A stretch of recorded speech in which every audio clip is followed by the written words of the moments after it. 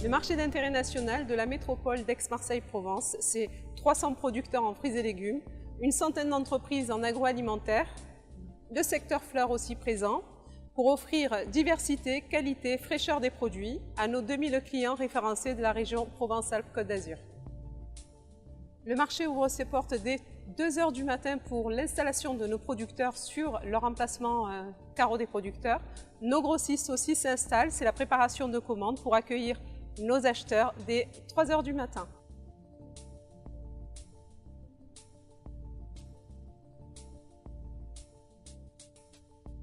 Je suis Rémi Morgante, paysan à Berlétan, et ça fait 10 ans que je suis sur le marché des Arnavaux.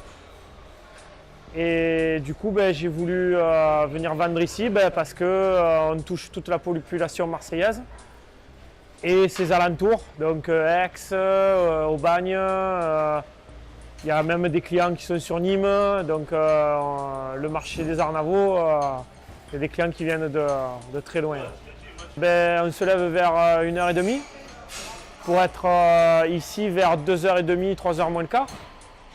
Et ça nous laisse un quart d'heure, 20 minutes pour déballer.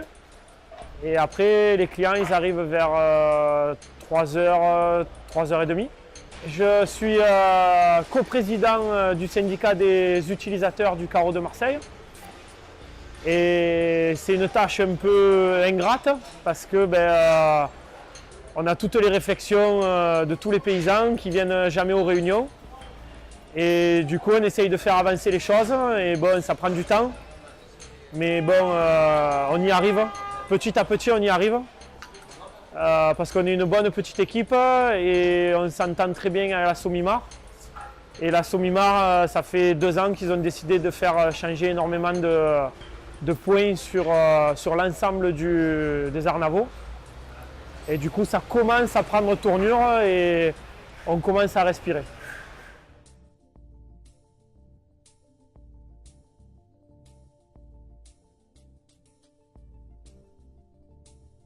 Le mine des Arnavaux, sur le site des Arnavaux, est implanté depuis une trentaine d'années aujourd'hui. Avant, il était sur Marseille, puisque c'était la mine qui était détenue par la ville de Marseille.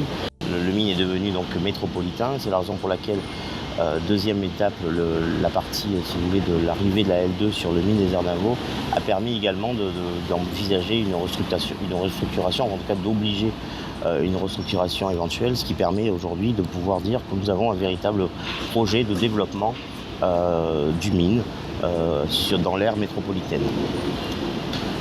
Le mine, c'est un véritable outil économique majeur pour le département, mais pour la région également, en tout cas pour l'ensemble de notre territoire métropolitain. C'est aujourd'hui plus de 1500 emplois salariés et saisonniers, plus de 1000 personnes fixes sur le mine. C'est également 120 grossistes, 250 producteurs. Donc vous voyez que c'est un outil qui n'est pas négligeable et évidemment les enjeux sont importants puisque nous devons soutenir la production agricole. Je crois que l'on oublie souvent de rappeler que la production agricole est importante dans notre département. C'est un des premiers départements français en termes de production agricole, notamment on a l'exemple des salades, l'exemple des fraises, l'exemple des tomates et des melons. Et je crois que c'est important effectivement de soutenir cette production agricole majeure sur le département de manière à la promouvoir en termes de qualité de l'alimentation. Alors je crois que dans les 2 ans à venir, il est important d'avoir des projets de développement majeurs, notamment en termes d'attractivité. Je crois qu'il faut développer l'offre sur le mine. Aujourd'hui, la majeure partie de ce qui est présenté sur le mine, c'est essentiellement des produits fruits et légumes. Mais je crois que nous devons diversifier cette offre pour les acheteurs, que ce soit en termes de produits laitiers, en termes de produits carnés, en termes de produits viticoles. Je crois que notre région ne peut pas ne pas présenter sur le mine du vin. C'est important également que le mine en 2017 puisse offrir aussi à tous les acheteurs la possibilité d'être livrés.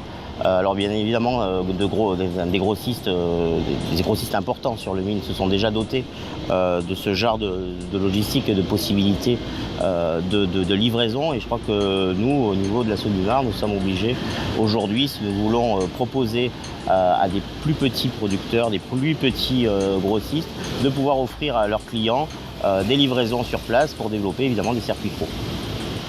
Alors, en termes de développement durable, je crois qu'il est nécessaire aujourd'hui également de développer le photovoltaïque, de développer les circuits courts, de développer les véhicules propres. Également, toutes les nouvelles constructions seront en photovoltaïque, auront des constructions à énergie positive et évidemment tous les véhicules sur le mine dans un délai assez rapide seront véhicules électriques.